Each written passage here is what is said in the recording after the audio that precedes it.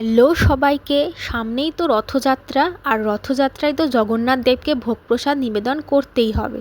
তাই আমি আজকে একটি নিরামিষ রেসিপির ভিডিও নিয়ে চলে এসেছি। নিরামিষ রেসিপিটা কী বানাচ্ছি সেটা জানতে হলে ভিডিওটি শেষ পর্যন্ত তোমরা দেখতে থাকো। প্রথমে আমি এখানে হাফ বাটি মতো ছানা নিয়ে নিয়েছি।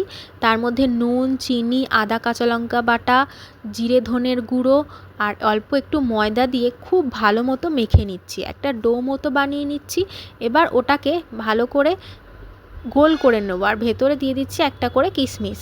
দেখো আমি কিভাবে বানাচ্ছি, ঠিক এভাবেই তোমরা বানাবে। দেখো দেখতে পুরো রসগোল্লার মতো লাগছে। আমার এখানে সবকটা বানানো হয়ে গেছে।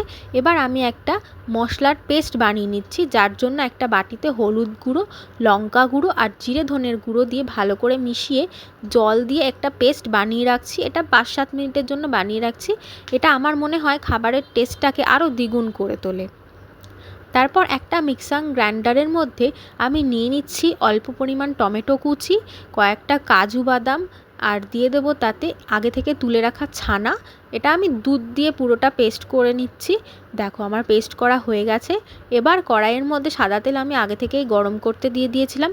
মিডিয়াম টু লো ফ্লেমে এবার আমি ওই ছানার বলগুলোকে এখানে দিয়ে দিচ্ছি। 2-5 মিনিট ভাজলেই দেখবে গোল্ডেন ব্রাউন হয়ে গেছে। এবার আমি এটাকে তুলে নিচ্ছি। এবার সেই একই তেলের মধ্যে আমি জিরে ফোড়ন দিয়ে আদা কাঁচা লঙ্কা বাটাটা দিয়ে খুব ভালো করে একটু নাড়িয়ে চাড়িয়ে নিচ্ছি। তারপর আমার যে মশলার যে পেস্টটা বানানোর ছিল সেই পেস্টটা আমি এখানে অ্যাড করে দিচ্ছি আর পরিমাণ মতো নুন আর চিনি দিয়ে ভালো করে একটু কষিয়ে নিচ্ছি। তারপর আমি আগে থেকে একটা আলু সেদ্ধ করে একটু আধা ভেঙে নিয়েছিলাম, সেই আলুটা আমি এখানে ব্যবহার করেছি।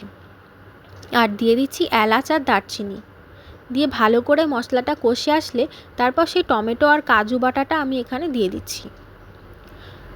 মশলাটা ভালো করে কষানোর জন্য আমি এখানে দুধ ব্যবহার করলাম। হাফ বাটি মতো দুধ আমি দিয়ে মশলাটা ভালো করে কষিয়ে নিচ্ছি।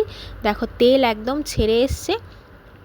এই সময় আমি দিয়ে দেবো অল্প পরিমাণ জল দিয়ে মশলাটাকে ভালো করে ফুটতে দেবো। দেখো ফুটে উঠলে ছানা সেই বলগুলোকে আমি এখানে অ্যাড করে দিচ্ছি। দিয়ে ভালো করে 5 মিনিট ফুটিয়ে নিলেই তৈরি হয়ে যাবে ছানার কোপ্তা কারি। আর ওপর থেকে দিয়ে দিচ্ছি গরম মশলা আর একটুখানি কাসুরি মেথি।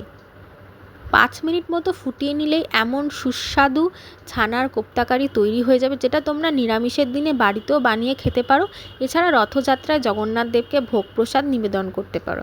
দেখো আমি এখানে সার্ভ করে নিয়েছি।